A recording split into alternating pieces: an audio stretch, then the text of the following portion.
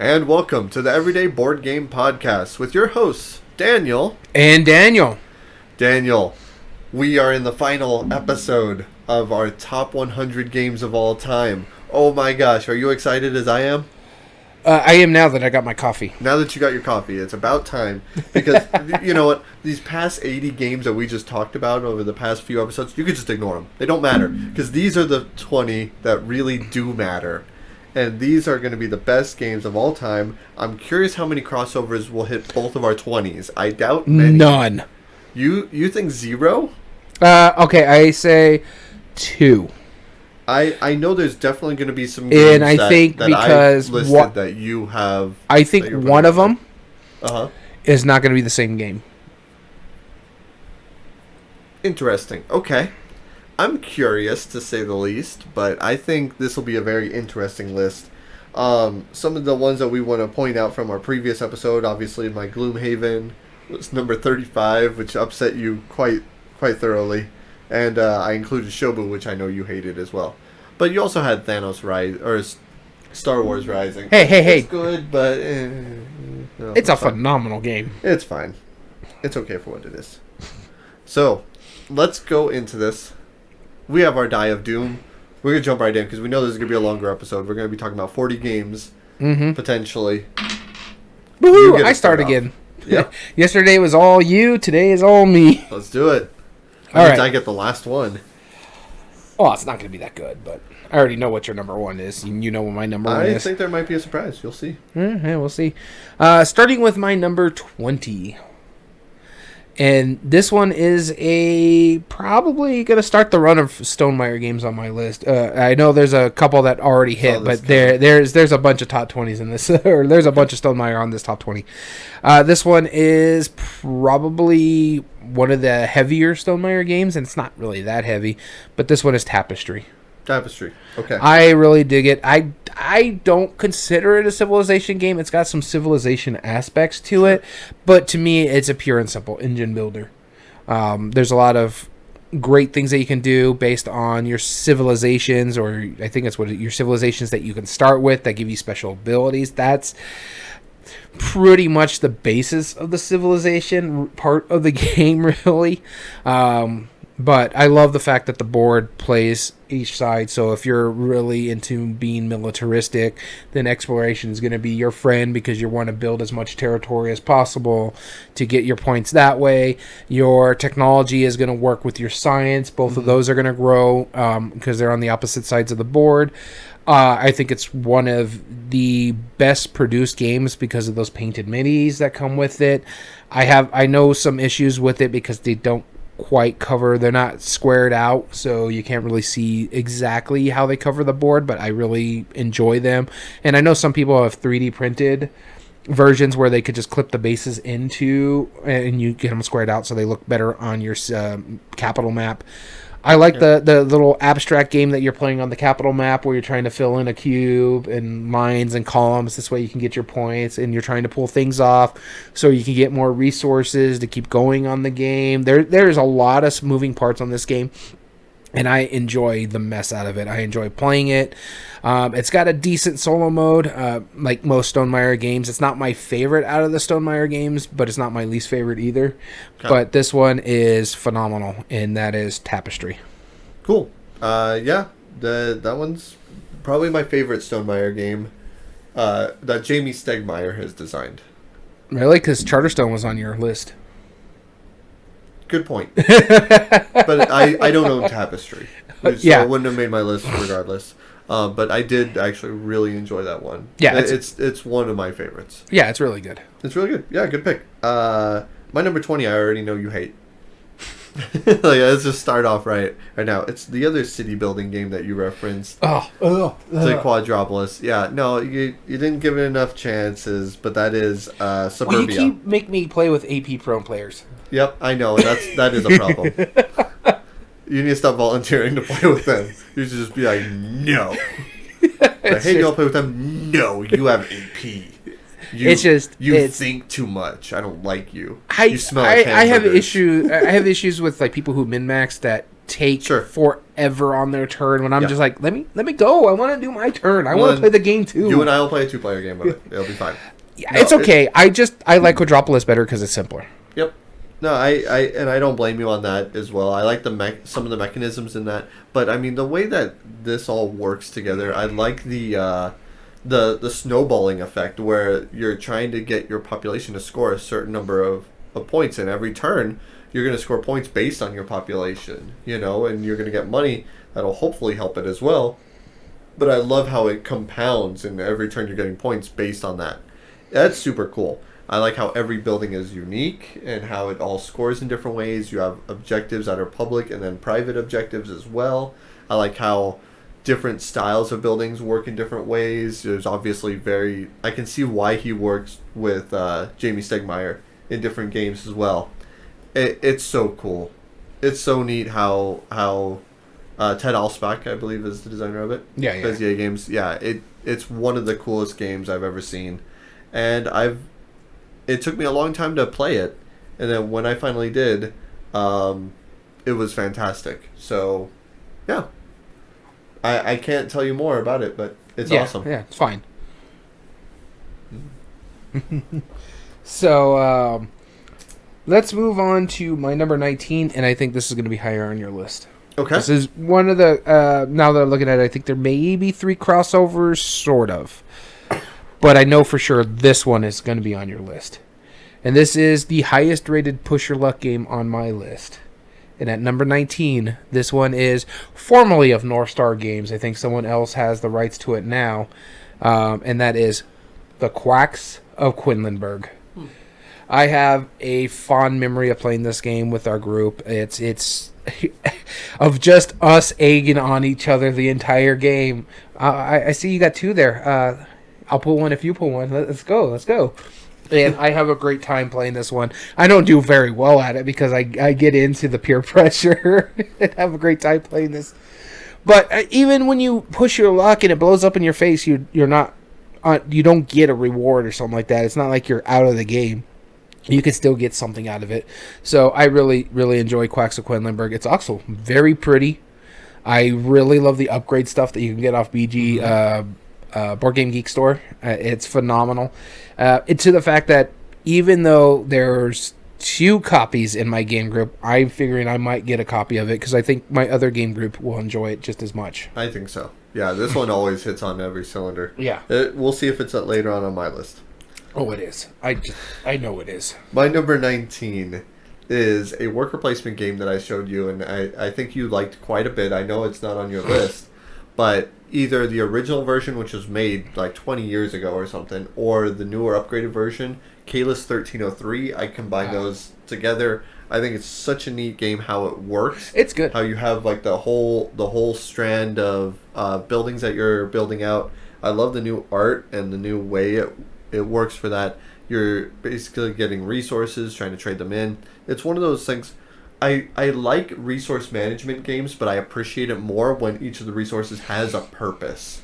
And so, like, this has obviously a clear rarity thing, but certain parts of the castle, certain buildings need resources that make sense to why you're building it. And so, I love the way that works. And the provost is one of the funniest pieces. Like, it's just moving it up or down and just causing complete shenanigans. Yeah.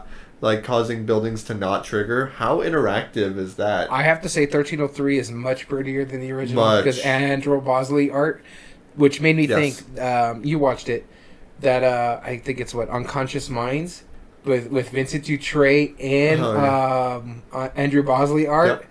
Already has me intrigued. I didn't really pay attention to the game, but when they said, hey, these 2 artists are in here, I'm like, Ekumi? Go on. Excuse me. Yeah. No, the remake of it, streamlined, beautiful, really fantastic. I can't encourage it more than enough. Kalis, I don't think Kalis would have been this high had that reprint not been made. Yeah. And I still own the both. streamlining of it, yeah. Yep. I do like it. I think it made it was in the 285 somewhere around there. I'll have to look at it later, but I enjoyed it, but I think I need more plays of it to really judge it. There are a few where I know I'm going to really like it, and this one, it's because it's a heavier worker placement.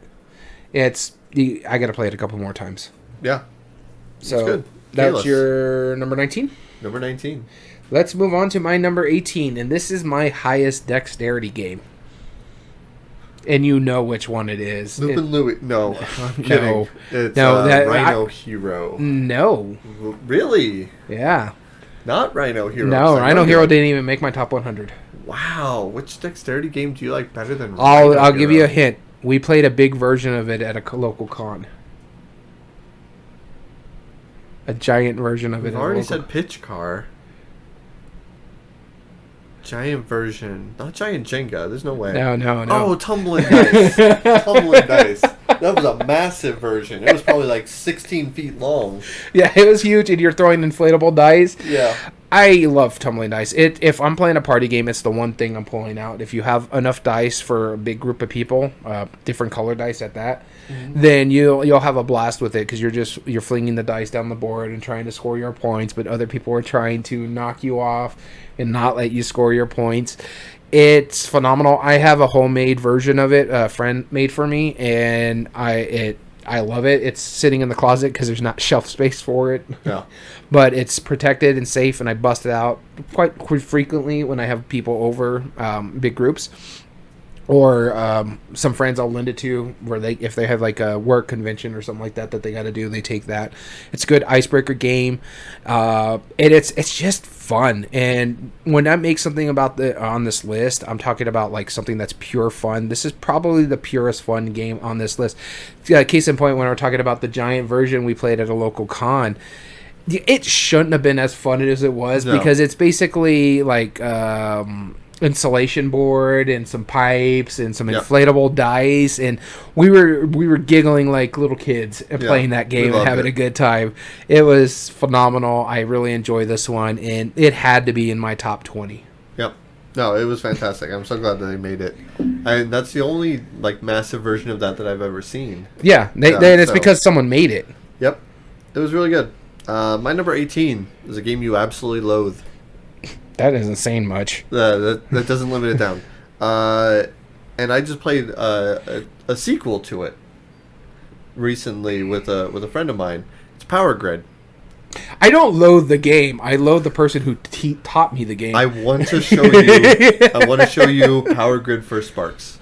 I really do. It is like the newer, streamlined version of Power Grid. It does everything that Power Grid had that was really neat, and then adds, like, it streamlines it down to where it's almost like, a middleweight game. But then it adds new effects. So, like, in the original Power Grid, you had just the power plants, and you were buying the resources for it. In this newer version, the power plants that you're buying also has, like, action cards and abilities that you can use that give you the ability. It takes one of your spots, so you're not getting resources for it. Yeah. But you have these extra abilities. Like, you can hold, like, a fourth one.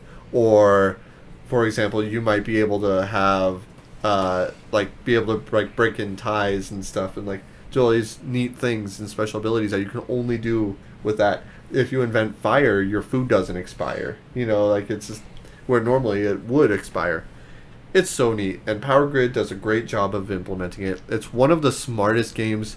It's a lot to take in. It's definitely a heavy game, and there's multiple rounds where, like, you have to go in reverse turn order, then normal turn order, and you have to manage your money efficiently. And you got to make sure someone teaches you properly. And make sure someone teaches you properly. It's so good. It had to be up on my top 20. Number 18 is Power Grid. Go on. What's your number 17? So I just have a question for you. How many people can Power Grid hold? 6. We played a full contingent. There were 6 people that gave you a death glare. Yeah, it happens. Would you be willing to try First Spark, though? I would. I'd just say that, like, 3 of those 6 people have not touched it since, because my wife was about to kill you. Well, now we know. This isn't the only instance where your wife is about to kill me. Well, we don't talk about that other incident. Which one? When she was about to take the guitar and bash it over your head. That's true. Ooh, those stories behind that. All right, what's your number 17? My number 17 is another Stonemaier game. Okay. Shock. Also, probably the newest one on this list. Yeah, because I think it recently I think it just came out recently. It's based off a book series. Okay. And it's based off, sort of plays like Fantasy Realms, and that's Red Rising. Mm-hmm. I dig this game. I know a lot of people don't like it because they compare it to Red Rising, and I have issues with the collector's edition because the metal tokens are very close to color, and they're really good about their colorblindness. To the point where I may get me a basic copy just to get the regular pieces and put that in there as well. So if some people want to play, if they have issues, they'll have both versions. But I really love the collector's edition when it comes to the cards. I love the gold foil on the gold cards and stuff like that. Very simple. You play a card out, and you pick up another card. You take their abilities, do abilities and stuff like that. Wherever you play, you take the location ability, whether it's increasing yourself on the fleet, increasing yourself in, getting more helium, or getting I forget what the other two are. I can't think of the top of my. Or putting them in the one area. It's like an area control spot. Whoever has the most gets most points there. And then there's another section that I can't think about. But then you can also scout. So you can take 2 cards and play and to take the location area. Because you don't really want to get rid of what you already have on your board because it fits, and there's just massive amount of ways to play. And this is probably one of my favorite solo play games as well. The Atoma for this one is phenomenal, and it's difficult. And sometimes I like solo games to be difficult, to challenge me. And this one, it has varying levels. So easy is somewhat easy. I still have some times where I lose on easy mode. But medium and higher, it trounces me. I think I beat it on medium once, and then I have not beat it on the hard mode. It's a difficult game when it comes to solo play, but I have a blast with it. I'm a fan of the books. I've only read the first one. I need to read the others because it was a weird window. I got it free, like on Kindle or something like that, and it was right between like 6 months before the second book was going to come out, and I just totally forgot about the second book. But I dig it. I love the series, and so I'm wanting to get back into the book series and read it. But I have a massive enjoyment of playing this game, even with solo. Very cool. And that is 17 Red Rising. My number 17 is an abstract strategy, and not even the last one on my top 100, but it is the highest of the gift series, and that's because I like this one a lot. All right, have a good night.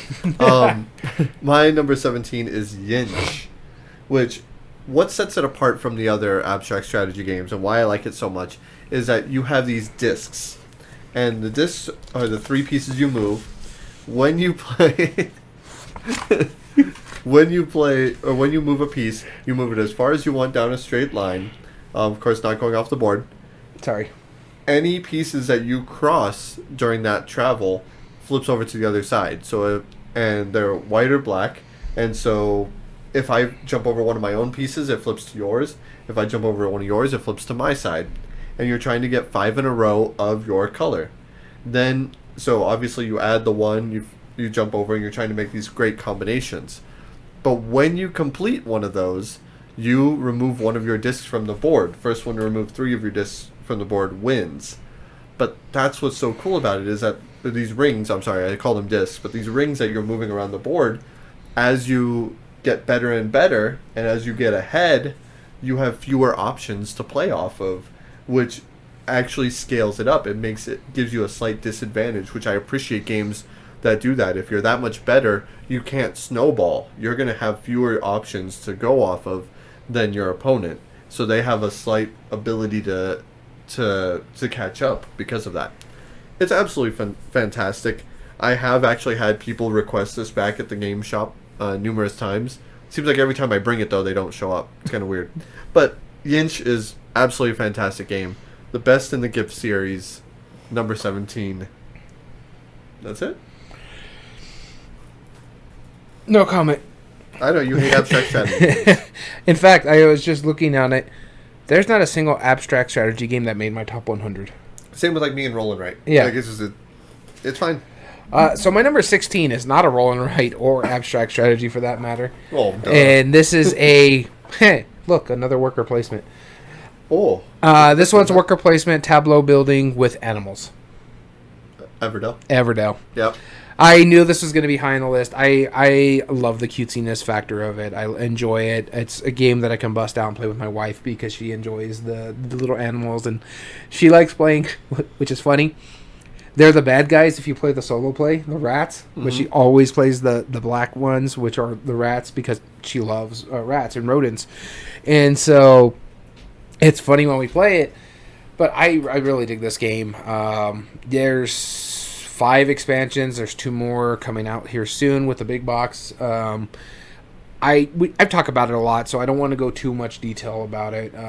But it has one of the most useless component in the game, and we talk about that a lot. It's the tree, the Everdell tree. I actually have 2 trees. I have the original cardboard one, and I have the wood one. Both of them are built outside the box, sitting up at the very top of one, sitting up at the very top of the shelf, and one sitting over on my other smaller shelf where I keep my small games at. Because it's just, they're a pain about the build and store in the box, so I just keep them out. And in fact, one of the expansions gave you a board piece to replace the tree. Yep. But I have a great time with this game. I love the art in it. Andrew Bosley. This is the game that put Andrew Bosley on my map with art because it's gorgeous. The box cover itself is striking, so that's going to get some people to take it off the shelf. And when it comes down to it, it's basically worker placement with card play. So you're trying to build city building in a sense in the middle of it, and trying to get the resources from that, as well as your worker placement slots, either getting resources or being able to build something or meeting certain goals. So I really dig this one. I really enjoy it, and I'm not surprised it's in my top 20. So that's one is number 16, Everdell. I wonder how much nicer the components are going to get the higher up on the list. Because obviously, mine are themeless, but I think you have an affinity for pretty games. Some of them are. One of them isn't very pretty. Oh, I think I know which one that is. My number 16. We're on 16, right? Yes. My number 16 is the highest ranked party game on my list. And I'm pretty sure you can guess it. It's already on your list. This is definitely a crossover. Time's Up? Time's Up. Time's Up is fantastic. Everything you said about it in the previous episode, completely agree with. I love the fact that you're just doing password at first, and then you're doing code names in the second round, and then you're doing charades in the third, and it works really great. The fact that you use all 3 of the same code words throughout the next. I always tell people it's like the first round, the first 40 cards is the longest part of the game. It takes longer than the other 2 combined. And I think that one is 30 minutes, if that. Yeah. And so, assuming you get people who really understand the things, I play with my kids sometimes and they like it, but they don't know what half of the stuff is. Yeah, my wife's the same way because she wasn't really into the pop culture stuff like I am. Right. And so it says certain movies that are way before her time, like the 1980s, and she's like, "What?" There's a card in there that talks about a B-52 song, Love Shack. She has no clue what that song is because she never really listened to it. I like Rock Lobster quite a bit better. I prefer Rock Lobster as well. Yeah. But yeah, I mean, wow. How do you not know what Love Shack is? It's just not something that her mom listens to country music, so you think they're going to pop out B-52? Well, that's a good point. Upon further inspection, yes, it checks out. And my wife was born in 1990, so that was 20 years after that song came out. Right. So, oh man, okay, but yeah, Time's Up. Title Recall, any of the versions, I have all of them. They're fantastic. If possible, get some of the expansions that come out that have some of the more recent stuff, like Game of Thrones and other ones, because if you're playing with an older crowd who aren't familiar with stuff from the 90s and 80s or 70s, 80s, 90s, and sometimes early 2000s, the expansions will help you keep everybody involved. Yeah, absolutely. I love it. Time's Up. Number 16. No, that's a good pick. It didn't meet the highest level. I think there's a party game in here that I like more, and you know which one it is. But my number... Wait, you have just one other? Maybe. Party game? Oh, okay. Maybe. Maybe I have just one. Maybe I have several. We'll see. We'll find out. But moving on to my next one, this is my highest restoration game. You know what it is, and we did a chits and giggles discussion, compare and contrast topic about one of this game compared to another one. Yep. The one you like and the one I like, and this one is unmatched. Mm-hmm. Specifically, for me, this pick is Cobble and Fog. That's my favorite set so far. They have a new set coming out, which is Battle Legends Volume 2. I do have... What are the characters in the Battle Legends Volume 2 again? I can't say their names, but they're mythical creatures based off world mythology. So there's one from like Africa, there's one from Europe. Yeah. Bloody Mary is the only one I can actually pronounce. There's some other ones, and I can't remember what the fourth one is, but they're the new ones that are coming out. And they also have Marvel, where they're going to do 3-pack Marvel characters. I just recently got my Deadpool character about a month ago. Okay. That I'm looking forward to playing because that one is hilarious. I'll have to show you the cards later. Okay. But yeah, so pick your flavor. If you they come in 2-packs where you can play it as a 2-player game. I prefer it at 2 players. I've played it at 4 players. I just think 2 players is a lot tighter. No. But yeah, you can play it 4 players and it plays fine. You just play in teams, so one team versus another team. I'm interested to see how they do it with a 3-player because they didn't have like a winner take all kind of scenario, and now they're going to do 3-player packs. Mm-hmm. So I'm interested to see how that works and intrigued because I want to see how it plays a 3-player, but it could lead to bullying and someone gets eliminated before the other 2 keep playing. Yep. And it's interesting, but it's got. You talk about how Funkoverse has a lot of flavor, like IP stuff. They're starting to get the IP. They had Jurassic Park. They just got Marvel, which is a really big one for them. Mm-hmm. And they also have like Cobble and Fog. They have Buffy the Vampire Slayer, so there's people who are fans with that one. Cobble and Fog is my favorite because it's got Dracula, Invisible Man, Sherlock Holmes, and Jekyll and Hyde, and I think those play so differently and so much fun. It's I enjoy it. You also got Robin Hood and Bigfoot, so you have like a menagerie of choices, so you don't necessarily have to pick one pack or the other. Just pick with the characters that you like and play with the characters you like. I love some of the choices that you can make because each individual plays differently. So Sherlock Holmes doesn't really strike a lot. He doesn't punch people. He uses Watson for that, but he thinks through his actions and stuff like that, and does his damage through his mind in a sense by laying traps or figuring out where people are going. You have Bigfoot, who's just a big power hitter. You have Bruce Lee, the non-fictional character in this, but it's a fictional version of Bruce Lee based off his movie stuff, where he comes in, punches you in the mouth, and then runs away. So he's a quick strike. It's the whole Muhammad Ali float like a butterfly, sting like a bee situation. Sure. And so I really, really dig Unmatched. So Unmatched, Cobble and Fog, my number 15. Okay. My number 15 you've already brought up. It's a crossover. Really? Mm-hmm. Quacks? Quacks of Quinlenberg. Yeah. And I don't know if that's surprising to you that it's only at 15. It's a little bit, but I'm not. I know there are games that you like more, so... Yeah, and I really do like I knew it was going to be in your top 20. Yeah. Yeah, but I've been pretty clear about it. It's definitely one of the better ones. There are other games that I feel does that mechanism better, but in a less fun way. Yeah. You know, like it's one of those games where it's like it's not technically as balanced as other bag or pool building games. Yeah.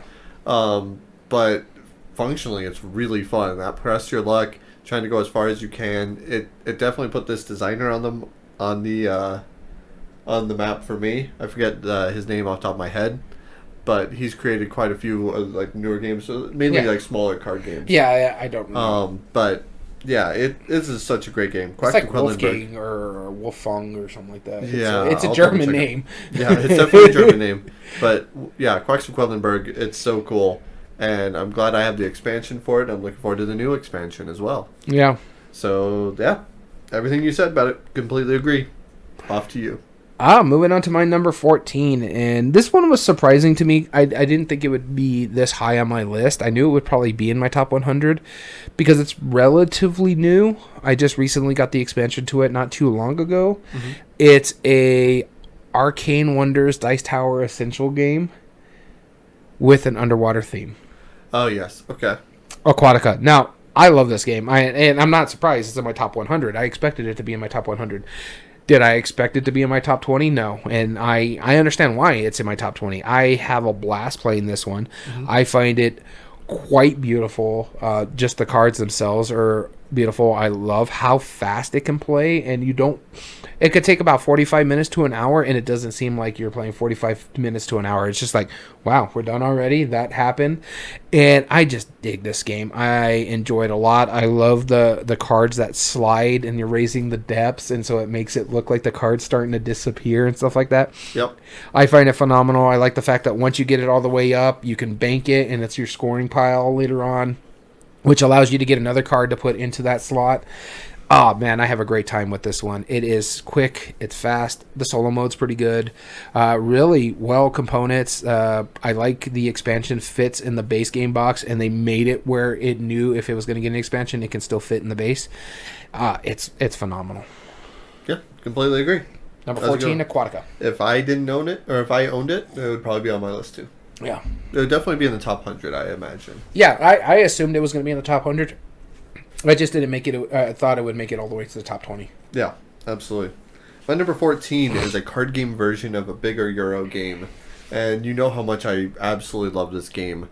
Oh, I already know what it is. Once you said it's a card game based off another Euro game. San Juan. San Juan. Yeah. Oh, man. This game just does everything right. It's good. I like it. I prefer this over the Puerto Rico. Absolutely. Yeah, and I clearly do too, because Puerto Rico is it's not on your list? It's almost completely replaced. Yeah, I mean, this game, what it does is, it's very simple.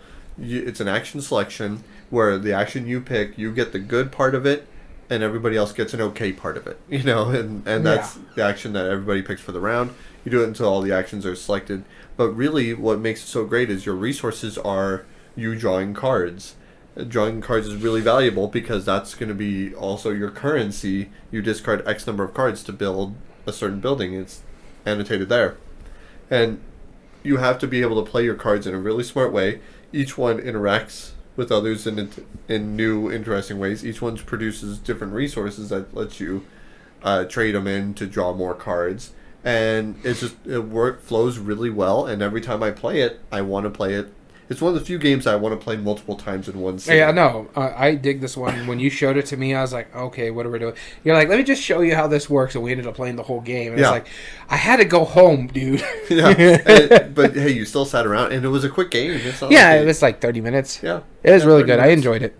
Yeah, and I can't describe it well enough. It's really one of those games that, Race for the Galaxy. If you think Puerto Rico is bland and ugly, then you're gonna think the same about San Juan. It's not a pretty game, but it plays. A lot of browns. Yeah. Yeah, San Juan. If you like Race for the Galaxy over this, you're wrong. I'm gonna draw the line right now. Race for the Galaxy does not do this as well as San Juan does. I haven't played Race for the Galaxy, so I can't make judgment on it, but I dig San Juan. First off, Race for the Galaxy is super icon heavy. I can put that aside. That's fine. Secondly, it's not colorblind friendly at all. And thirdly, it does everything San Juan does, except it has two different kinds of buildings. Like, that you have to build in different ways, and different actions. One are like development, and one's like conquer. Huh. Why it needs two different ones, I don't know. But that's just the way they make it. So it's basically, take San Juan, make it convoluted, you have Race for the Galaxy. Have fun. Yeah, no, San Juan is good. Like I said, I can't make too much judgment about Race for the Galaxy. Never played it. I've heard better things about Roll for the Galaxy compared to Race for the Galaxy, but again, I'm not sure. I haven't played either one of them. I could have had a chance of buying Roll for the Galaxy when it was on like clearance at Barnes & Noble, but I never picked it up because I was like, hey, this is better, and I ended up picking up like La Isla, I think it was. Yep. Which missed out on my top 100, but barely. Yeah. Barely. So going on to lucky number 13. This is my highest rated Thunderworks game, which is another role player game, and one I knew was going to make it in my top 20. It actually surpassed role player for me just because of how much I play it, and I'm really looking forward to the expansions that are coming out around the same time Role Player Adventure is coming out, and the new map packs and how they change things up. And this one is Cartographers. And I dig this Saw game. this one coming. Yeah, I saw this one coming. I thought it was going to be in my top 10. I'm surprised it only made it to 13. Yeah. But I dig this game. It's very simple. You're flipping cards over, filling in spaces, making maps. You're trying to meet certain goal cards for the round that you're in. So if it's one round, let's say I think it's spring, A and B are scoring, and then B and C are scoring in summer, and then fall, C and D are scoring, and then D and A are scoring again in winter. And so everything's going to score twice eventually. And I really dig it. So you're trying to put like your forest on the edge because every forest spot on the edge is going to give you a point. And you don't have to build in the same area, but you got to be careful because monsters can come out, and the other players playing it can put monsters on your card or your map, and then for every space surrounding a monster that isn't filled in, not diagonally, just orthogonally, is a negative point. So you can end up getting, and they're oddly shaped. So some are like a giant C, or there's one that are 4 spaces, but they're spread apart. So you got 1, 2 in an area, so a straight line. So you got a lot of negative points. At least it only counts as one space. Mm-hmm. And so it's phenomenal. So you got to fill in those spaces so you don't get those negatives. You're trying to get coins by surrounding mountains because you can get points off your coins. And then there's a mini expansion that I haven't bought, but you can get, where you could spend those coins to use special abilities. But I think it's a great game. I enjoy the mess out of this game. And I'm really looking forward to the expansion that should be coming out. I get 4 different map packs plus the expansion, a standalone expansion. It's called Cartographer Heroes, that you have hero cards coming out that can fight off monsters on the map. So, and then there's a basic mode, so you'll have the whole map, and then there's a harder mode on the other side of the map where it's got like a canyon in the middle of it, so you got to figure out how to use that spaces as well. Okay. And you also have temples, so if a temple comes up, you have to build on a temple, or you're penalized if you have no temples to build on, so you can only do like a 1x1 square. Okay. So I really enjoy this game. Cool. All right. Yeah, it's fun. My number 13, was always in my top 10 for years, and now is no longer. It's still up there. I mean, it's 13. It's 13. Nothing. It's not something to sneeze at. Ticket to Ride. I'm shocked that this is that far down. I thought this would have been in your top 5. Yeah, Ticket to Ride. It's just that I haven't played it hardly at all lately. Yeah. The Rails and Sails really burned it for me. And the mini versions are just really streamlined versions that I could play in like 10 minutes. Yeah, I remember we played, what was it, the New York one in like 5 minutes. We completed a whole game of Ticket to Ride in 5 minutes. Yeah. It was really fast. And then we scored up, put it away, and 10 minutes later we were like, okay, that was a good little filler. Let's play another game. It took us longer to put it back in the box than it did to actually play it. Yeah. Yeah, it's really good. And I've always enjoyed Ticket to Ride, and I enjoy any games that are similar to Ticket to Ride. It's almost a guarantee. Like, I like Elfin Land. I like the Rule the Realm, the new one that uses rubber bands. That's basically like Ticket to Ride, but with rubber bands. It's really weird. It's just super cool. It's a really fun game. Ticket to Ride, it's one of the highest selling games on here, and what put Alan Moon on the map, and he deserved every bit of it. It's awesome. That's a great game. Yep, Ticket to Ride. Me personally, on my list was Ticket to Ride Europe. At the back end, I think it was in like the 80s or maybe the first or second video. But no, it's a good game. I enjoy playing it. I have a great time playing it. It's just these games I like more. Yep, it's fair enough. Moving on to my number 12, and this is the biggest and longest game on my list. And I've only played it once, but man, did I fall in love with this game. It is one of the biggest boxes that I own as well.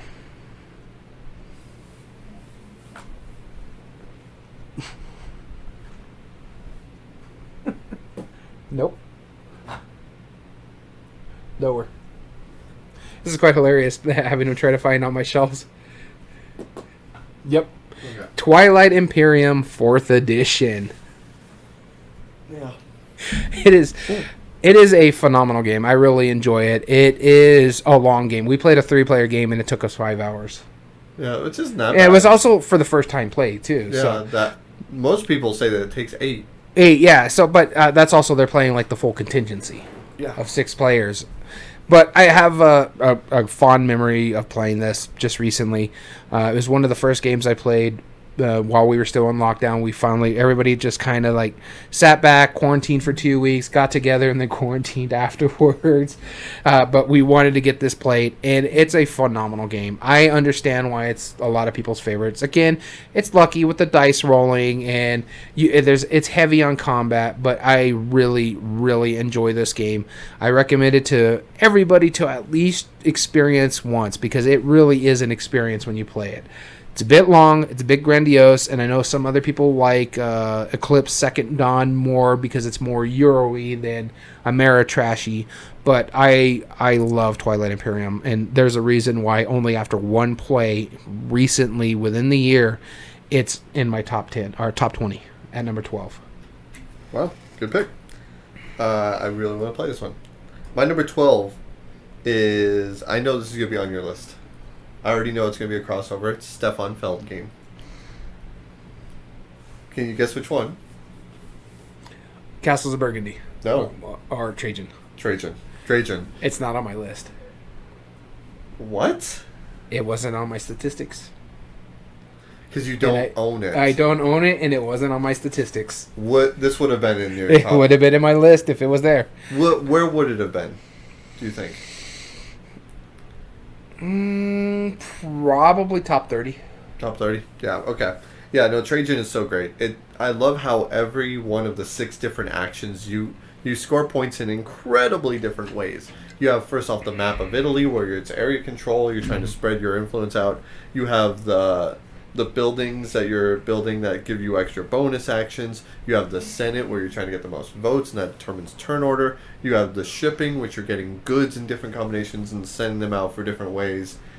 Everything about this game is so cool. It's a good game, yeah. I love it. And it uses that focus of the Mancala mechanism, where you're moving around, and the color of the pieces that you move around matter. I wish there was like super upgraded components. Maybe there is. I need to see if there's some 3D I haven't seen any pieces. on BGG. Yeah. So maybe there's 3D printed stuff that you can do. Well, BGG has the upgraded tiles and components. Yeah. Like they have the geek bits, which I already have. But I mean, maybe I want to like make 3D cups for the Trajan piece. I don't know. I think like individual player boards that were really upgraded would be great. But this game, it's definitely one of the heaviest games on this. I think it's one of the heaviest Feld games too. Yeah, it's one of the heaviest games that's on the remainder of my list, but it earned every right to be. Ever since I played it, I loved it, and it's always been up there. And every time I get a group that's willing to play it, it goes over really well. That's Trajan by Stefan Feld. Yep, didn't make my list because, again, I kept it to everything that was in my stats or I own based off my BGG. Yeah, because it would have been impossible to try and remember everything you played. Yeah. And so, moving into my number 11, just outside the top 10, we kind of mentioned it earlier in the beginning of your top 20, if I believe.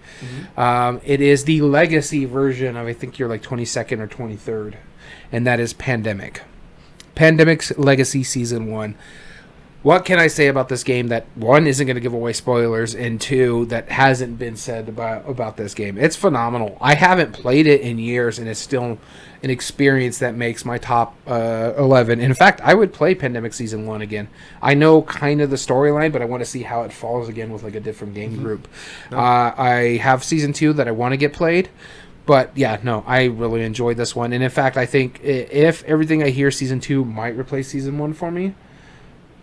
Because of what they add, from what I understand, Legacy Season 1, though, the story, the campaign, the things that happen within the game, we talk about at that one point where you're just like, oh wow. And then there's another one that happened with us. I don't want to mention it here, but where you're just like, oh, I did not see that coming, and it was a phenomenal experience for me personally, and with my group. The end was a bit anticlimactic. Build up to that end was great. So like if I don't know how many plays we played of it, but let's say 20 plays of it, 18, 19 were really, really good, and then 20 was like that's it. That's how it ends.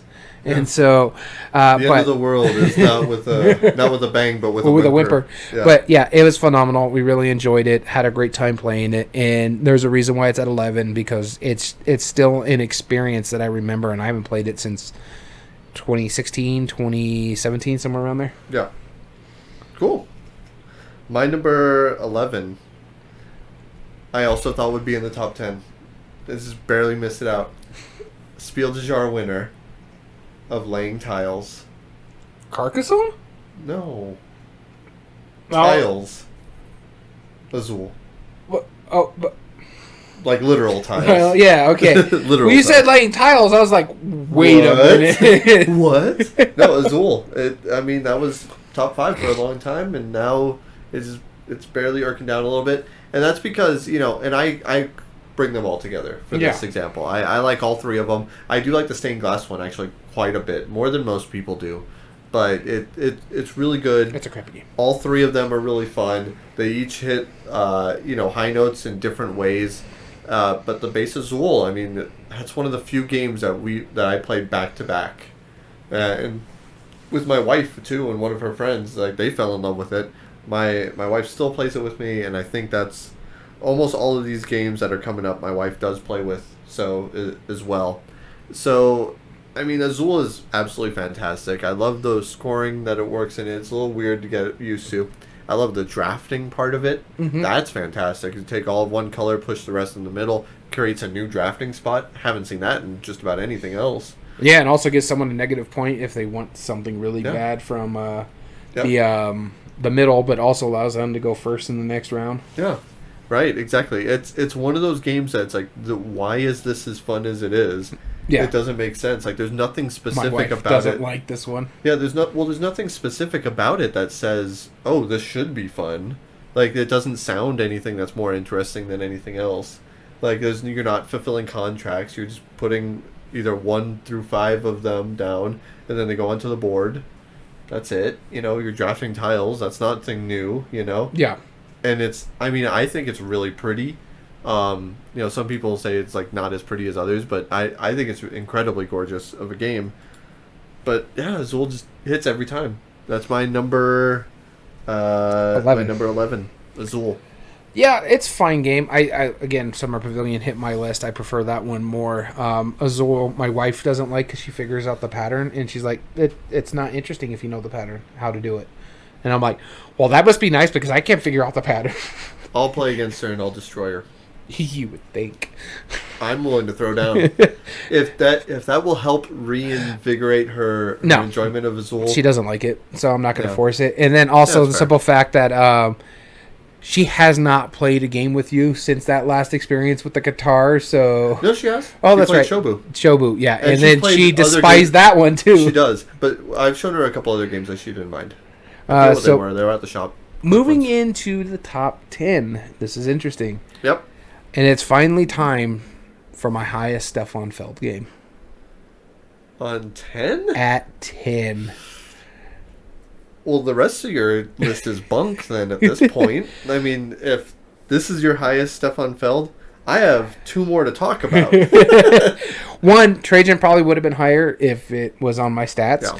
And 2, I just really like the other games ahead of this one, but it's still made it into my top 10, so that says something. And you know what it is. It's Castles of Burgundy. Castles of Burgundy. I dig this game. I have a great time playing it. It's one of the ugliest games in my top 20 here.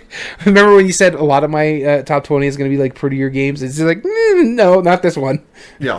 No, this is it's not hideous compared to some other games, but it's about a bunch of browns and greens, and it's a Leia, so it's not pretty at all. Greens and grays. Yeah, but I dig the mess out of this game. I enjoy every time we bust it out. I do have to try the new one. This is the one I'm thinking that it's a crossover sort of, but you like the newer version of this one more.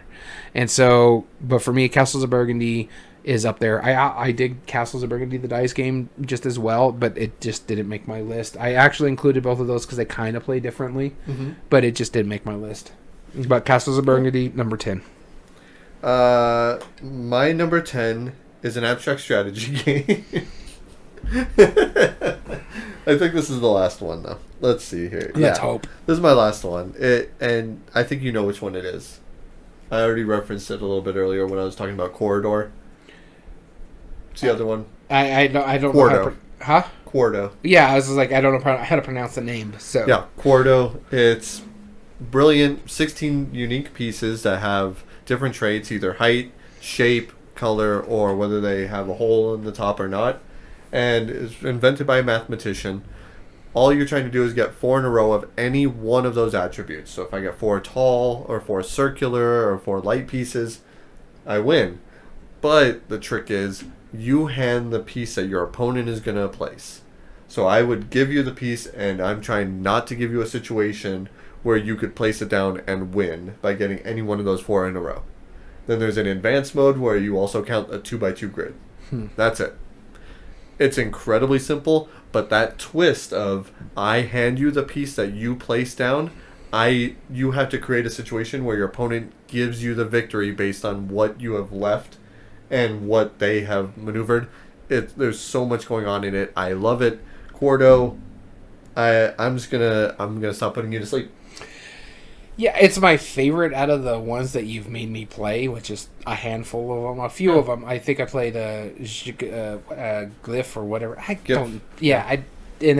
think I played Corridor, but yeah, no, I don't like this one. Yep, you don't like abstracts.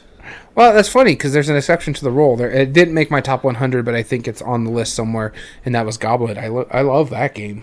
Which is so weird because you don't even particularly like memory games, and that's like a big factor. Yeah, in that. But I really enjoy Goblet, but the rest of Two it. wrongs don't make a right, sir. But moving on to my number 9, and this one is finally my favorite Star Wars game. And you mentioned it earlier. Star Wars Outer Rim. I love the pick up and deliver of it. I feel like I can be a bounty hunter. I like the fact that you're working with the Syndicate or the Empire or the Rebel Alliance. You're playing some of the characters in the Star Wars universe, like IG-88 or Han Solo. I don't think it's Han Solo. I think it's Lando Calrissian is one of the main characters. I think Han Solo is also in it. I can't remember correctly. But you're also trying to meet your personal goals. This way you can upgrade your ship. You can pick up and deliver and help the Rebel Alliance or help the Empires or the Syndicates, the crime syndicates.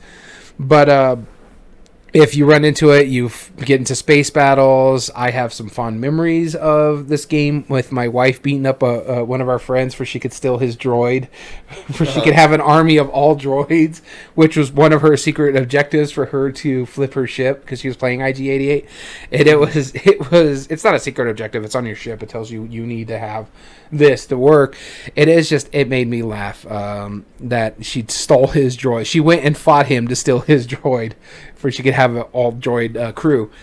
It's a phenomenal game. I enjoy it. It's a bit long, which is understandable. I understand why some people don't like it like you, which is long.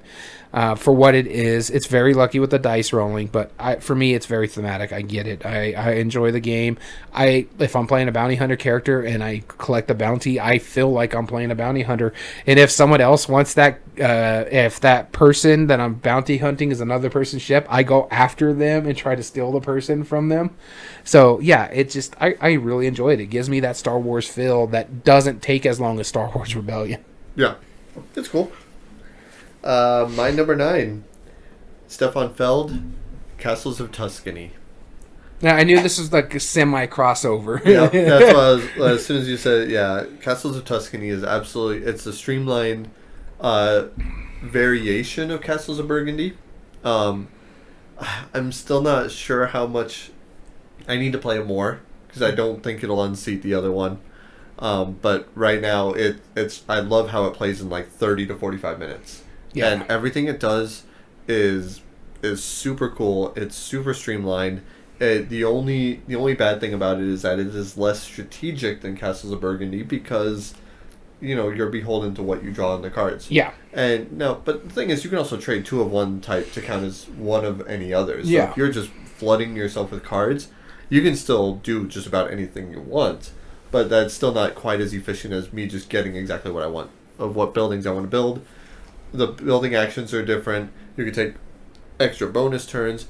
You have all of this cool little fun comboing that you don't get in a lot of the other Stefan Feld games. And that's one of the things that I think makes it really fun is because you technically only do like one thing on your turn.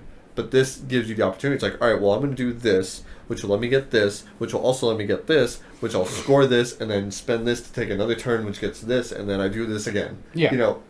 That's those combos don't always happen in his games. That he normally floods you with a lot of different options, which is what's point salad. But you take a straight up turn, and that's just what you do. Whereas this is almost like Phil Walker Harding level of like comboing, like what Super Mega Lucky Box does, and how you could do one thing after the other, after the other, after the other. It does this, but with a Castles of Burgundy setting. Huh. So I can't wait to show you this. I know I keep begging you. Let me show you Castles of Tuscany because I think you're going to. I tell you to bring it, and you don't. All right. Well, we'll go get it after this podcast. We'll fix that. So, good pick. So my number 8 here is a game that you like, but hate the theme on it. You loathe the theme. It's a deck builder. Hogwarts Battle? Harry Potter Hogwarts Battle. I don't hate the game. Yeah, I said it's a game that you enjoy. You can't stand the theme on it. Yeah, it's a dumb theme. But I have fond memories of this. I played it with our friends Angel Maria and my wife. We have a good time with it. I have both expansions. The Monster Book of Monsters is ridiculously hard. It is probably one of the hardest parts of the game is just getting through that expansion. Yeah. But I really dig this game. I like deck builders. This does deck building fairly well, though I have an issue with one of the things that it does on the deck builder that other games, the reskinning, the Toy Story reskinning fixed, whereas you can't wipe the board of cards. So if they're all high cards and you're not able to buy anything, you're screwed. We were playing with a house roll for the longest time until I learned that toys and obstacles rule, where we would pay 2 coins just to wipe the board for us to clear it out. For whereas obstacles and adventures they give you one per game. Complete wipe it. And it's important to be able to do it, especially since when you get further along the storyline, you add more cards to that deck, and it becomes a very massive deck. And it's sometimes when you got 8s and 9s and 10s and you only still have your basic cards in your hand, you can't buy any of those. You're stuck, and you're going to end up losing that round because you can't buy more powerful cards. There's no way to wipe it. And so we found a house roll that allowed us to spend 2 coins to wipe it. We talk it as a group because it's a co-op. It'd be like, I have these coins, I can't buy anything, do you want me to wipe it? And so we agree and we wipe it. But now that I found out about the obstacle rules, I determined that we use those rules that once per game we could wipe the board. And if it gets to the point where people are stuck and they can't buy anything, you can wipe the board. And so that was a very important fix, but I still have fond memories of this. I enjoy playing it. I want to bust out the newest expansion before I go back to the Monster Book of Monsters, because it adds some stuff that could help us in the Monster Book of Monsters from what I heard. And a lot of online BGG chatter about it is you should play the Potions and Charms expansion before you play the Monster Book of Monsters, because it is ridiculous about how hard I've played. There's 4 scenarios in the Monster Book of Monsters. I played the first scenario 6 times before we finally beat it. We have not beat the second scenario. Oh. And we've played that at least 4 times. Yeah, they can get pretty tough. Toy Story is better. But good pick, though. My number 8 is my highest Phil Walker Harding on my list. That's Baron Park. Baron Park. Yep. Everything you said about it, completely agree. I like the math in it. I love the spatial awareness. How all you do is just grab a tile, put it down, lets you get other tiles. That's all the game is. Although, when I was demonstrating this game last week, somebody pointed out like how little the theme really matters in it, because we already discussed that. The theme doesn't matter in this game. You're just playing with tetromino pieces. They're cool. But one person's like, yeah, it's like, well, so you're making a bear zoo, right? I was like, yeah, that's what you're doing. She's like, koalas aren't bears. They're marsupials. Yeah.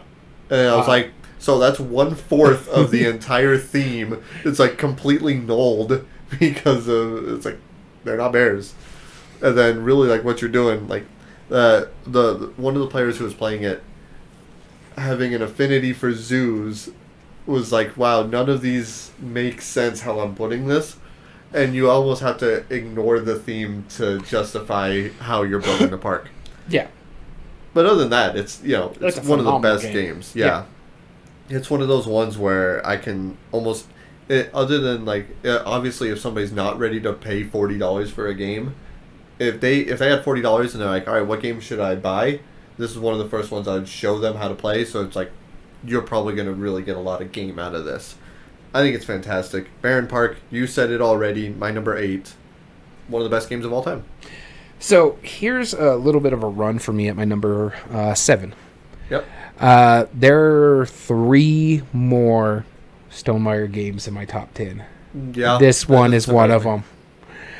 This one is the biggest one outside of Tapestry, and this is like the big granddaddy for Stonemaier games. You know which one it is. Scythe. It's Scythe. Yeah. It's a phenomenal game. I really enjoy it. I love the action selection that's in this that I can't double back unless I have a special ability that allows me to double back. If later on I can get something that upgrades me and gives me a 5th spot, and then you take the actions at the top, and you're able to buy stuff to put down into the bottom, making the bottom actions more plausible as well. It's dudes on the map, resource management, area control, sort of. The basic point is you're trying to get a certain amount of stars on the win. I think it's 12 stars in the basic game. And I enjoy the mess out of it. I have a good time playing it. I like it at 2. I like it at 4. I don't play it at 6 anymore. That was really, really, really, really long. It was because I think it goes up to 6 players, and that was a 3-hour game. That for a game that shouldn't. It's going to be long, but it shouldn't be that long. Hour and a half, 2 hours at the most, depending on the player count. But this one was a 6-hour or a 3-hour game with 6 players, and I was like, I like long games to a certain extent that keep you engaged, and then when you're waiting on 5 other people to make their action selections on the board, it kind of takes you out of it a little bit. Yeah. The turns are quick. I like it at 4. I think for me, perfect is 4 because the actions and the movements go by quicker. Yeah. It's pretty good at 2 as well, but I won't play it at 6. I'm hesitant to play it at 5, but 4 is that sweet spot for me. But I dig this. It's also one of the best produced games out there. It's still highly supported, even though it was a Kickstarter game. You can Jamie Stegmaier is big about this with his Kickstarters. You can get everything that comes out for this. I haven't had all the expansions. I got only one of them. The where it adds the 2 extra players or characters that you can use. Invaders from Afar, that's the one it's called. But I haven't got the airship yet. I haven't got the Rise of Fenris, the campaign game that adds to it. But I want to. And again, it's got a good solo play if you're into playing a longer solo, because I think this one's about an hour and a half if you're playing solo. But it's a great game. I got the metal coins and everything, but I won't get the metal mechs because I don't see, because if you want a full set of metal mechs for every single player, it's going to cost you almost $300. Yep. Sounds about right.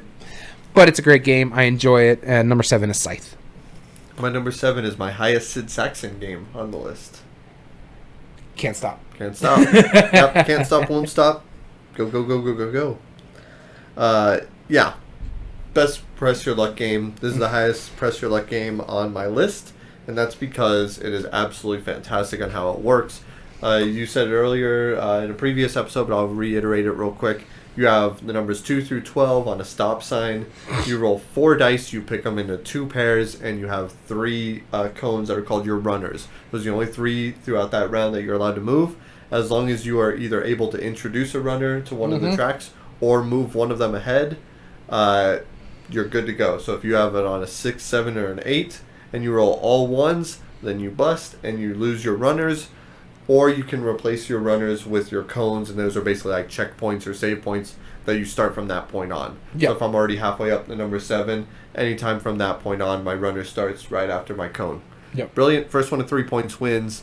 Goes really well with 2 players, really well with 3 players, really well with 4 players. Yeah, it's quick. And it plays fun every time. And it's one of those games that technically you can try and shoot the moon and win the first turn. I've never seen it. I have attempted it. And I've gotten really close. When you kept telling me, you don't have to keep pushing your luck. I'm like, I want to do it in one shot. Yeah, you want to one-shot it. Yeah, it's absolutely ridiculous. It's so great. Can't stop. Sid Saxon, brilliant game. So here's another Stonemaier game, and I'm shocked it's this far down. This is technically my favorite worker placement game, but I thought this would be higher on my list. But apparently it is not. It's at number 6. I thought this was number 1 for you, or at least number 2. No, I'm shocked about what's in my top 5. I don't disagree with my top 5, but my number 6 is Viticulture. Wow, this was your number 1 for a long time, and I really, and it's still my top rated. It was also my number 1 Stonemaier for a long time too. Yeah. But I dig this game. I don't play it as much because I play other games in this line, or not in the Stonemaier library more. And I know one that's going to be higher on the list, and I'm surprised that unseated this. Yeah, really, I am too. But yeah, no, I love Viticulture. I think it's a great game. I love the theme on it because it's different. I don't care for wine, but when it came out and at the point when I started playing it, you didn't really see a lot of winemaking games. No. And this one felt like it fit for a worker placement because you're planting the grapes, you're stomping the grapes, you're making the wine, you're building your cellars, you're building your winery, your vineyard properly. You give tastings to people and get experience points by that if you have wine in your cellar.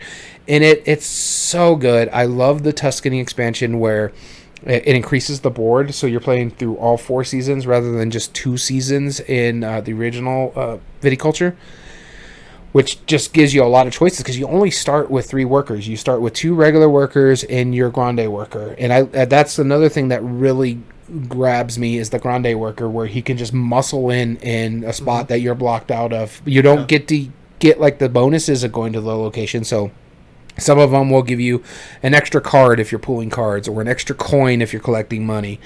But the Grande worker, if there's 2 spots taken and there's no more spots for you to play on, you can put your Grande worker in that area and still take that location. But then you got to be smart about how you play your workers as well, because again, you only start with 3 workers and you're playing through 4 seasons. So if you used all your workers in the spring, you don't have anything for summer, fall, and winter, and so you have to pass. So you got to be smart about how you're playing it. It's a bit longer because it's an engine builder worker placement game where you're trying to make enough wine to meet your contracts, to get your points, and you have to hit a certain point for the game to end. I think it's the first person to hit the 25 or 20, depending on which version you're playing, and you have to hit that, and then everybody plays out the round, and then whoever has the most points at the end of the game wins.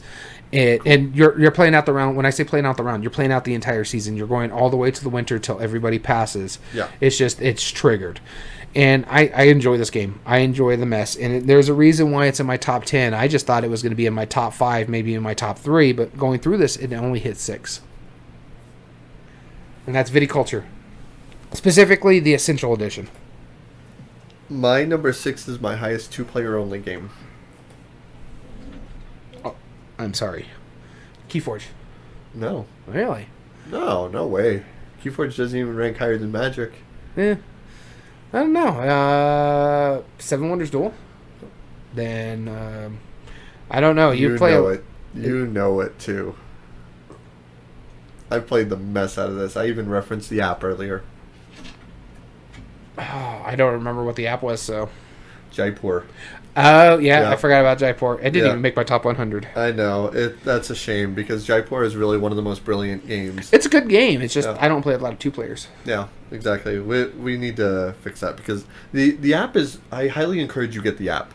The app is really good, because it plays, it's a really good design, and the fact that it has kind of its own campaign mode, like Codenames Duet, has like different variations on it. Mm-hmm. I like the app because the app will have all sorts of different weird variations. For example, like you might even have the tokens in opposite order. So you start by cheaper and going higher. Some might be like your hand limit is 9, some might be your hand limit's 5. Some might be like your own, like the player with the least camels, like small little variations, but it really divvies up the gameplay in a really unique way. Jaipur is one of the best 2-player games, hands down, because what you're trying to do is you're trying to get sets of resources to trade them in, and the tokens descend in order, so the sooner you sell them, the more points they're worth, but you also get bonus points for selling combinations. So when you flip the script on that, when you finally choose to, it's like, all right, well, I'd rather sell 5 leather like later on in the game than I would want to sell 2 gems right now. Yeah. Watching, and the fact that you never directly interact with your opponent, you're only interacting with the market row, which is what they can go off of, is really great.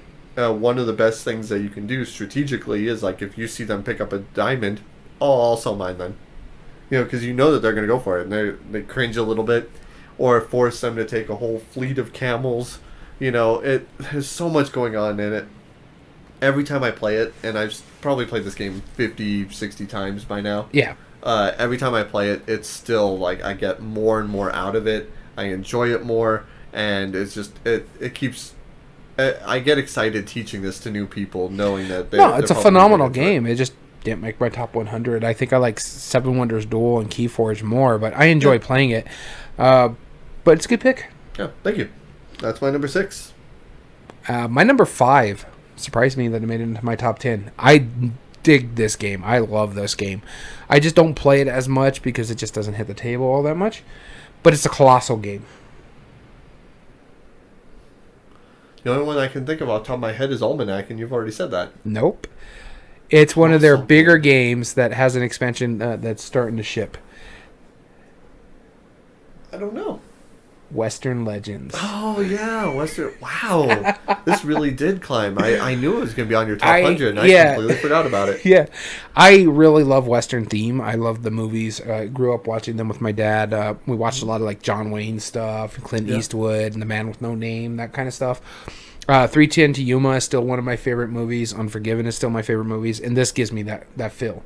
It's an open world sandbox game where you could do whatever you want and still have a chance to win. If I don't want to go fight people and want to play poker or cattle ranch and make some money or be an outlaw and cattle rustle, I can do it and still have a chance. I can play like a push your luck aspect of the game and mine for gold and still have a chance to win because...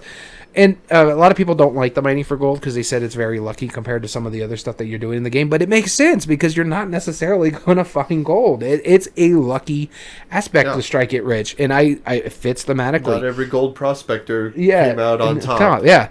And I like the fact that you can fight the bandits if you choose to go into their hideouts and fight them. I like the fact that you can fight another player who's an outlaw. If you want to work for the sheriff and be like honorable, you can go after them and fight them.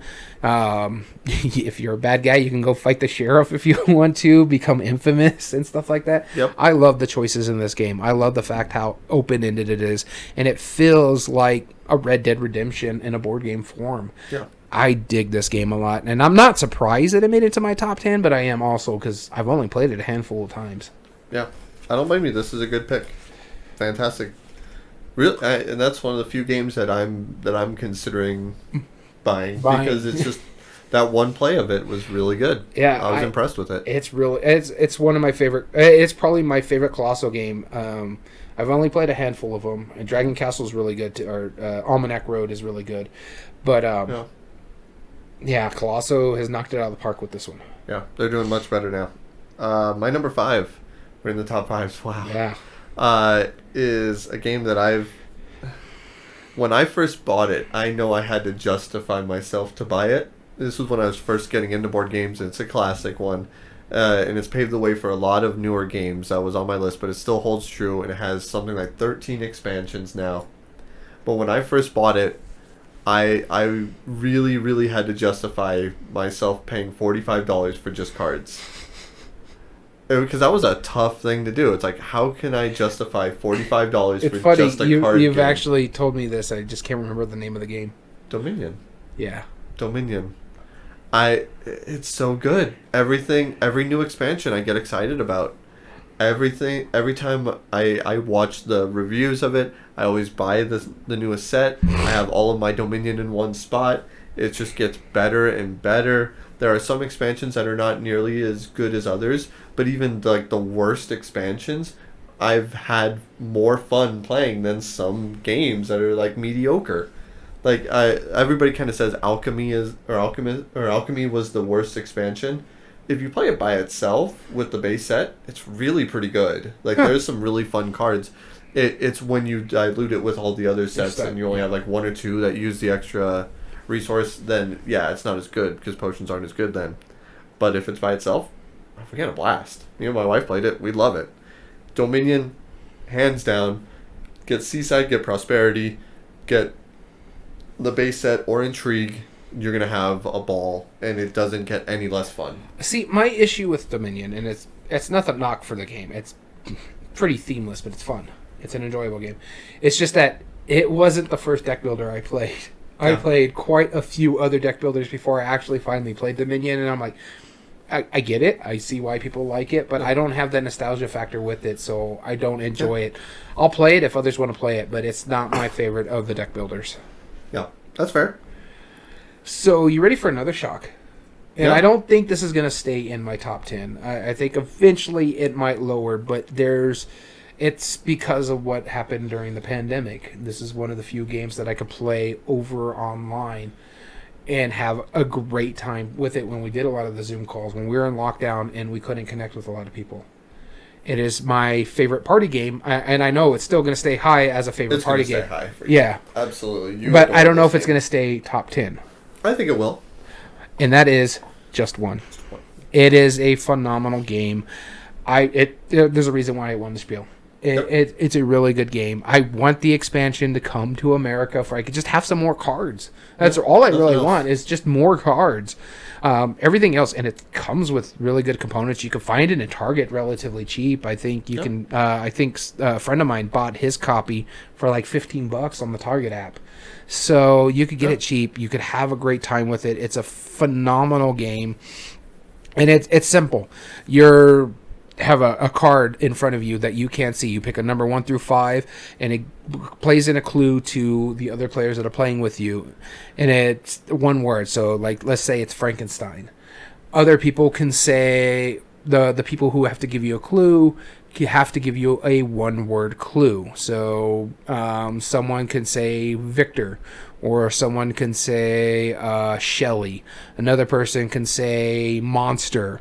And if somewhere down the line when you're playing with other people, if 2 people say monster crossover, or 3 people, for fact, you lose that answer. So you've just lost 3 clues because it's the same clue.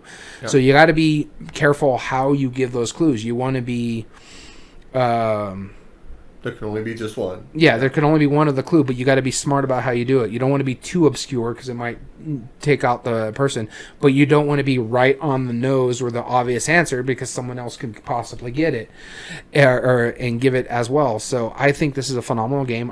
As simple as it is, it's a phenomenal game, and it can hold up to 7 people, which is another thing I like about it. It can hold a big group without being a big group. So some party games is like, oh, you can play this with 4 people, but you really want 8 people for it. Or this one is like, hey, you want to play this with 3 people minimum, but it's better if it's only 4 or something like that for a party game. This one plays 7 people, and it plays well with 7 people. Yeah. And it plays well with 4 people. It's like, it's a phenomenal game. I really enjoy it. And I'm not surprised that it's in my top 10. I'm just surprised it's this high at number 4. I'm not surprised one bit. I knew this was going to be up there. One of my favorite memories from this is watching a 4-player game of like sisters, and you know they were so in tune. And I loved like the youngest sister, she was getting the clue, and everybody else compared. They all just flipped down their cards like, well, good luck, because all 3 of the other ones had the exact same answer, and they're like, and she's like, her face just turned red. Like, well, what happens? I'm like, you'd probably skip. You'd probably not guess, because you're probably not going to get it. It was absolutely you have a 1 in like 40,000 chance. There's like, it's not that much, but there's only about 40, 50 cards in the deck, and they all have 5 answers on it, so your odds are not in your favor. No, not at all. My number 4 is the highest farming game I have on this list, and you know exactly which one it is. And I just saw in the news that they have announced a new version for America. Mm-hmm. Yeah, bean farming. God, I knew this was going to be on your list. Yeah, I knew it as well. Bonanza is really just one of the best. I thought it was going to be your number 2. It's so high up there. I've considered it. I honestly, given this thought, if there is one game that could replace my number 1, this is probably it. It shouldn't be as good as it is. No, it shouldn't. And Uwe Rosenberg, credit where credit's due. His games are always really good, and he has really great ideas. And this is one of his oldest games, one of his first ones ever published, and it's just a card game. And it's still in print. And it's still in print. Yeah. It's what, late 90s? Absolutely, yeah. And it's 94 still... or something. Yeah, or early 90s. Yeah. And it's still in print. Yeah. And it's still played a lot. And what makes it good is that you're trying to build up, having more of a certain type of card. The more rare they are, the fewer there are in it, so the fewer you'll see it. And you're trying to get the most points by selling them. Every step of the way, every phase of your turn entices you in a different way and forces you to just want to keep going and pushing yourself even more. So the first one, you either play one or two cards from your hand. A lot of times you're going to be interacting with other players because you either don't want those cards or you're going to be trying boosting up, like getting it ready to play or to play both of them optimally. Secondly, you put two cards in front of you and then you have to wheel and deal them. You either do or don't want them, but then you also want to bluff it, saying it's like, oh, well, yeah, that one's pretty good, even though you have no intention to buy it. Mm-mm. You might still try and trade people for it, because they can just accept it as a gift, but it was like, well, I'm okay with taking it, but I might want to trade you for a coffee bean. You haven't even played or talked about my favorite mechanism in this game. And then you draw 3 cards and add them to the back of your hand, which you can't change the order of the cards that are in your hand. And so you're trying to get rid of the fodder by trading and dealing with them. Wheeling and dealing. And then you're trying to get the hand in order of the way you want it to be. And then finally, after all of that stuff, after you've drawn your 3 cards and you see how much farther down the line that they're going to be, after you see if you have other cards of the set that you have in front of you, you have to question yourself, do I want to sell it now? Knowing that it's like, I have 7 coffee beans. If I get 3 more, I'm going to get another point. Do I even want to do that now? Oh God, it's so wonderful. This game is really one of the best games I've ever played. And there's a reason it's number 4 out of the thousands of games I've played. I love it. Bonanza, thank you for existing. Yeah, no, it's a good game. Moving on to my number 3. And this is the shock because I knew it was going to be a high game. Mm-hmm. And I knew it was going to... I found out it unseated my favorite Stonemaier game. I just thought it was going to be number 2. This is Wingspan. This is number 3. This is my number 3. There is 2 games higher on this list. I know one of them for sure, but... I know. My number 2 shocked me too. This is a clickbait territory now. Number 2 will shock you. Yeah, it really is. It shocked me. So, number 3. 4. Yeah, my number 3. I thought... I kind of figured Wingspan upseated Viticulture. Because I play it a lot. I really love birds. I love the art in this. I love the mechanisms in it with like the bird abilities and stuff like that. And I play the mess out of this game. It's my favorite solo Atoma in the Stonemaier brand because it plays so quickly. I can play a solo game of this in 30 minutes. I dig this game. Yeah, and it's a great game. I love the new bird powers, and I think a big part of it is the expansions. The expansions have really enhanced the game and gave it the life that it needed. And I enjoy playing the mess of it. I just recently played it on as recent as Saturday and had a great time. In the future, for the people who listen to this in the audio side, that was about 4 or 5 weeks ago for you, but it was phenomenal. I really, really enjoy this game. I'm not surprised it's this high. I just assumed it was going to be higher because of how much I've played it within the last year. And it came out in 2019. It's one of the best-selling games in history right now. And so it's one of those, I think it's going to stand the test of time when it comes to like Ticket to Rides and stuff like that. I think it's going to do really well for the time being. And so my number 3, Wingspan. Okay. I'm curious. Everybody knows what my number 1 is, but everybody's going to be shocked about my number 2. Just like how Uno Maestro pointed out, number 3 is good, but number 2 changed his life. Click here. Yeah, exactly. I love that. My number 3 is my highest Stefan Feld game on the list. Is it Castles of Burgundy? Castles of Burgundy. Really? Yeah. Yeah, I know I've said that I'm not sure if Castles of Tuscany replaces it for me yet. At this moment, without more players of Castles of Tuscany, it's currently still my highest one. And everything you said about it just holds true. It's so cool how you have 2 dice, and those are your 2 actions, but no roll is better than any others. There's ways to manipulate it. There's ways to manipulate it by getting workers. I love the shift where you can make a 6 of 1 because the dice roll doesn't really matter. Yeah, no, it's just which category it's in. It's so good, and I appreciate any dice game that does that. Where it's like, well, if I roll a 6 and you roll a 1, that doesn't mean I'm winning. That's just what field I'm using and what I'm trying to put onto the board. Really doesn't matter on that. Castle of Burgundy is amazing. Yeah, no, I don't disagree with you. It's in my top 10. What surprised me the most about this game is I remember I had told my brother, who's a gamer, about it, and he thought it was interesting sounding, and I brought it over to his and his roommate's house, and his roommate is not a gamer in the slightest. And I was like, okay, this is iffy, but I'm going to teach you all how to play it. It's a lot of it. That turned her into a gamer.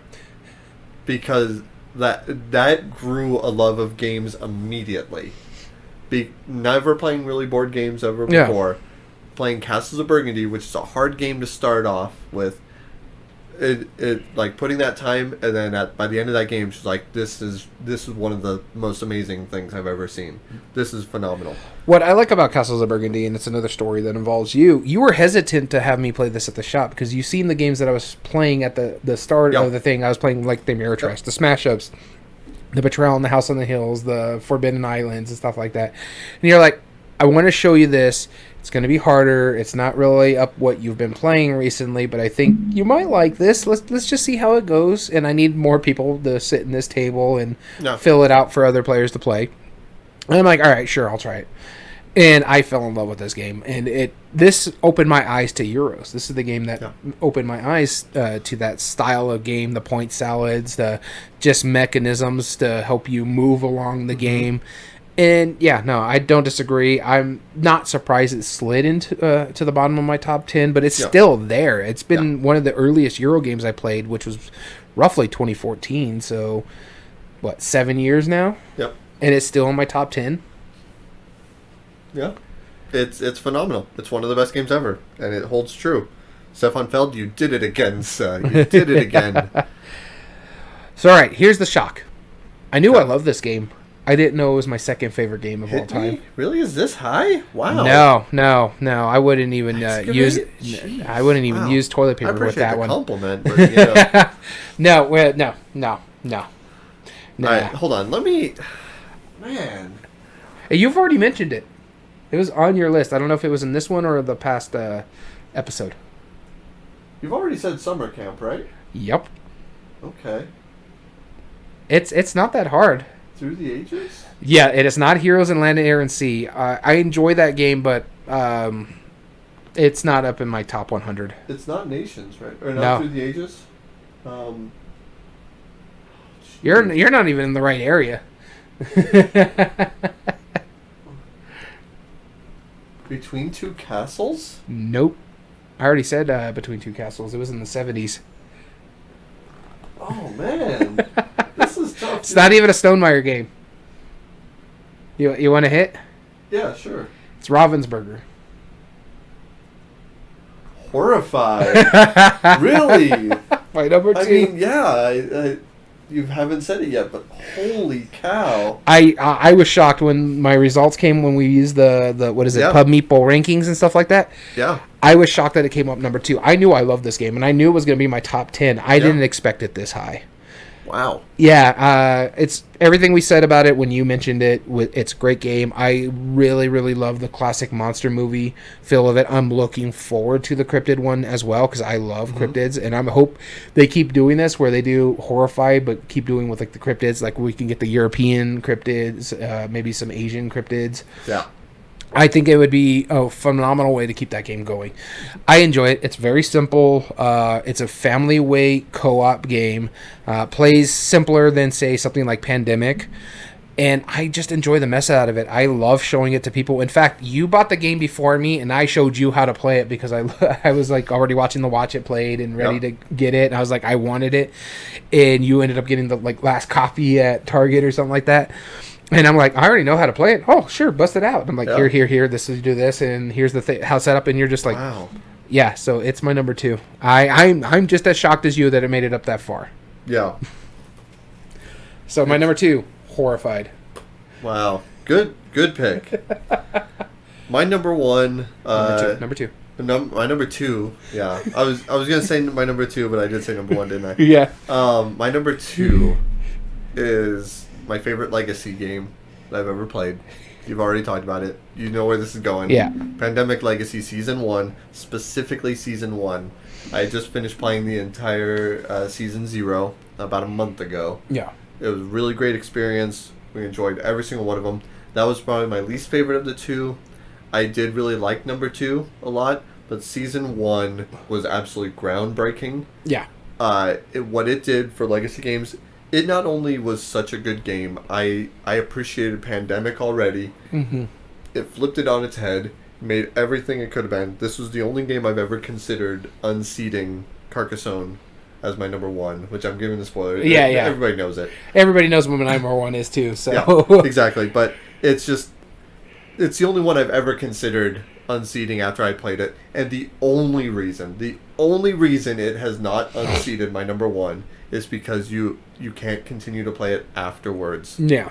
And so now, if I want to play it again, I won't have that same shock revelation. Yeah, I won't get that same. It's like reading a really good book. You know, you know the big twist where you're like, oh wow, yeah. Or an M. Night Shyamalan movie. An M. Night Shyamalan. Yeah, it's like, oh wow, his whole head.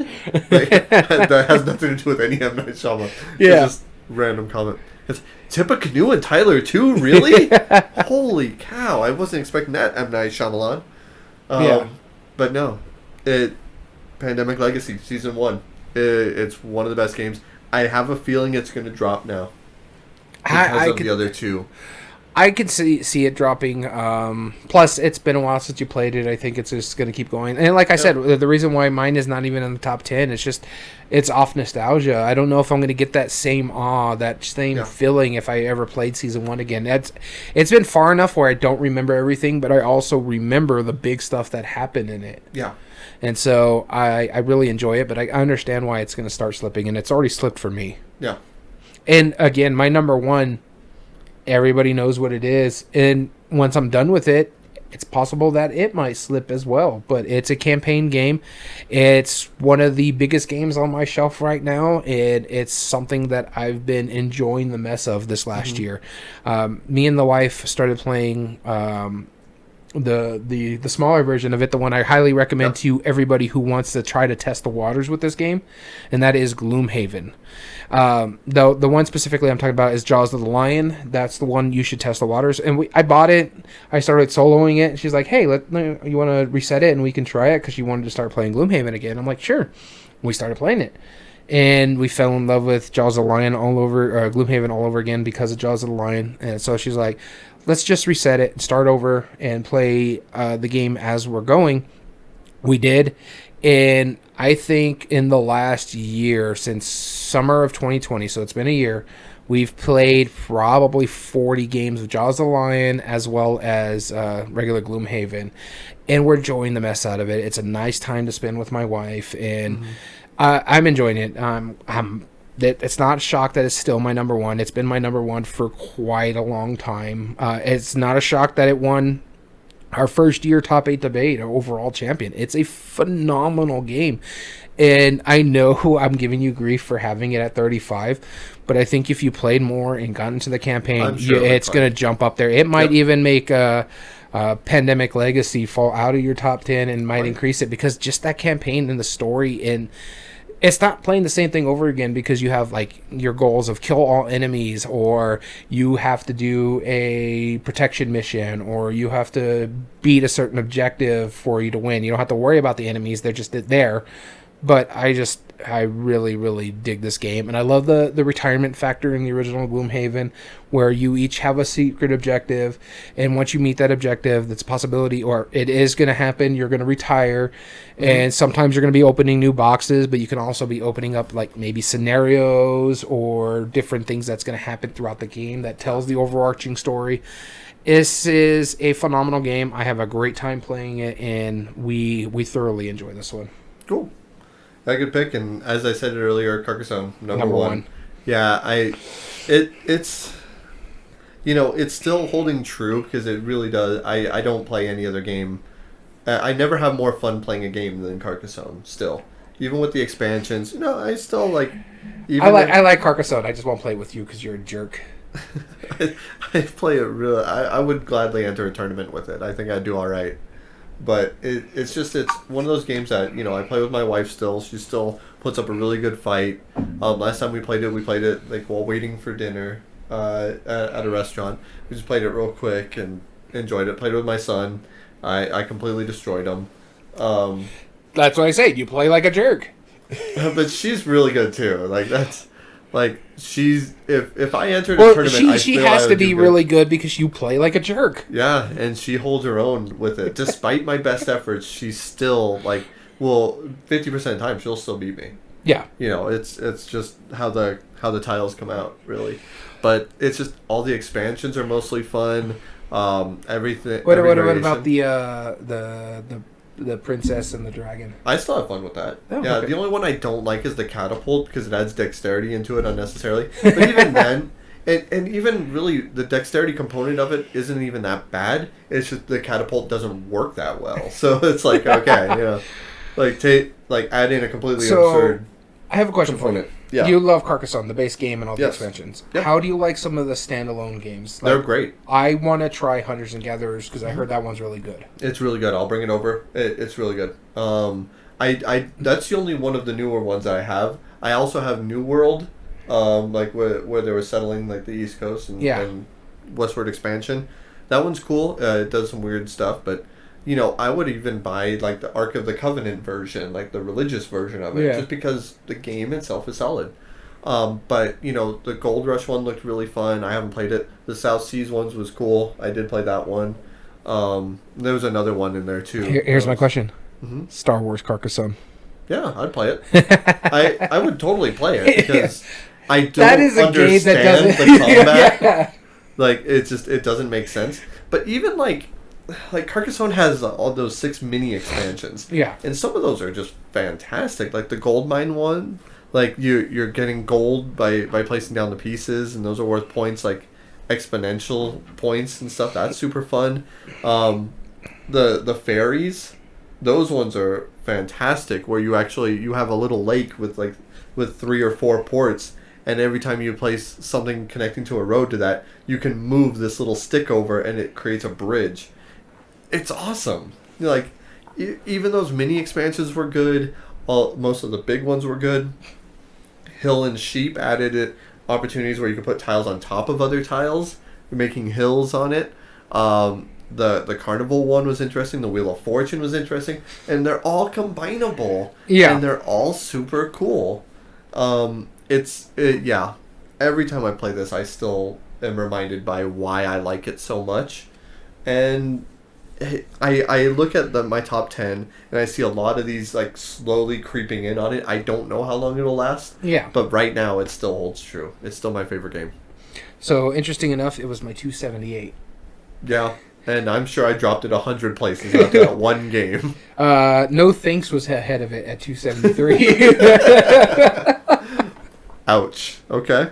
All right. So well, it's all right. Kahuna is still better than Gloomhaven on my list. So no. Say what you will.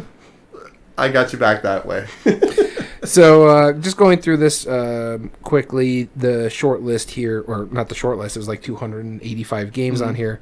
Some of the ones that didn't make it in was like, I'm surprised Deception Murder in Hong Kong didn't give it in. That's my only social deduction game that I like. It was 102.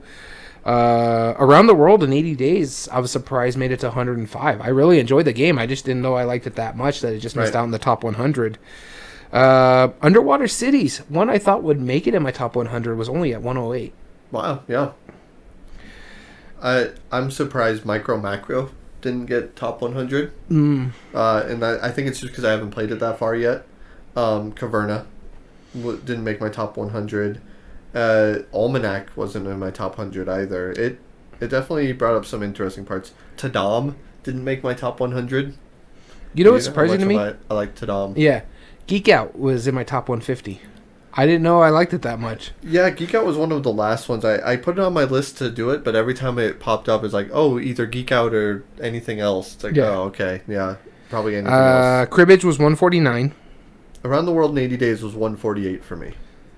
Agricola hit 153. I mentioned that in one of the past podcasts. Mm-hmm. Six Nymph was 159.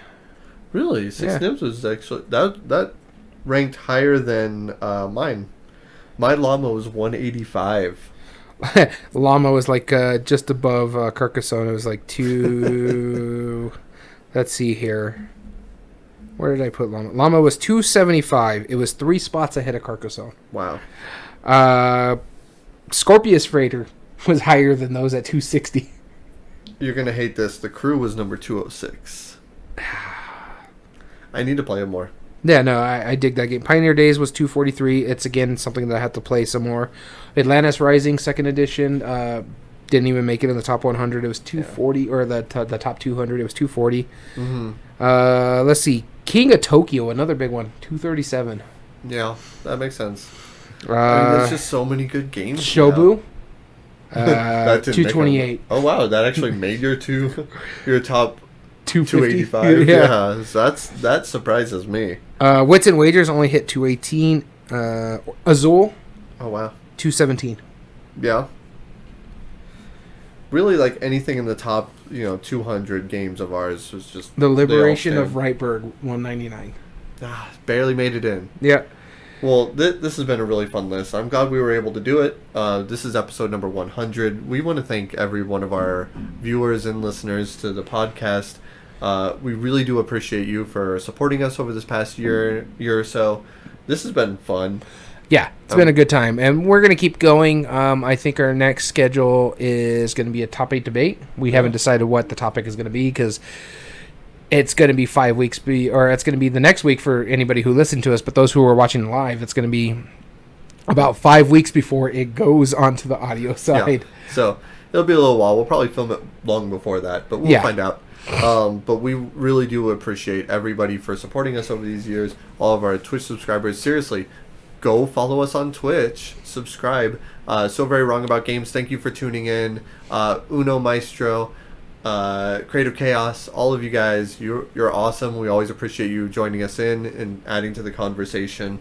And we would love for anybody else who likes board games, come chat with us. Twitch.tv/everydayboardgames, and make sure you subscribe so you can see when we join online. As well as you can find all video re-uploads on our YouTube channel at Everyday Board Games 2020. And if you like what we do, there are 3 things that you can do to help us grow on the platform. Subscribe if you are not. Like the video, and comment down below and tell us your thoughts on the subject. How do you like our top 100 games? This is going to be the 5th video out there, so tell us where it all falls for you. Who do you align with more, Daniel or me? Or Daniel. All audio versions can be found on most podcast platforms under Everyday Board Games Podcast. This includes Spotify, Google, Amazon Music, and Podbean. And if you ever want to give us suggestions for upcoming episodes, here's to another 100. By all means, contact us, say hello, email us at everydayboardgames2020@gmail.com. As well as you can get in contact with us at our official Twitter account at EBG Podcast. So we want to thank you so much for tuning in. As always, I've been your host, Daniel. I've been your host, Daniel. And we want to thank you for listening to Everyday Board Games. And remember, every day's a good day for board gaming.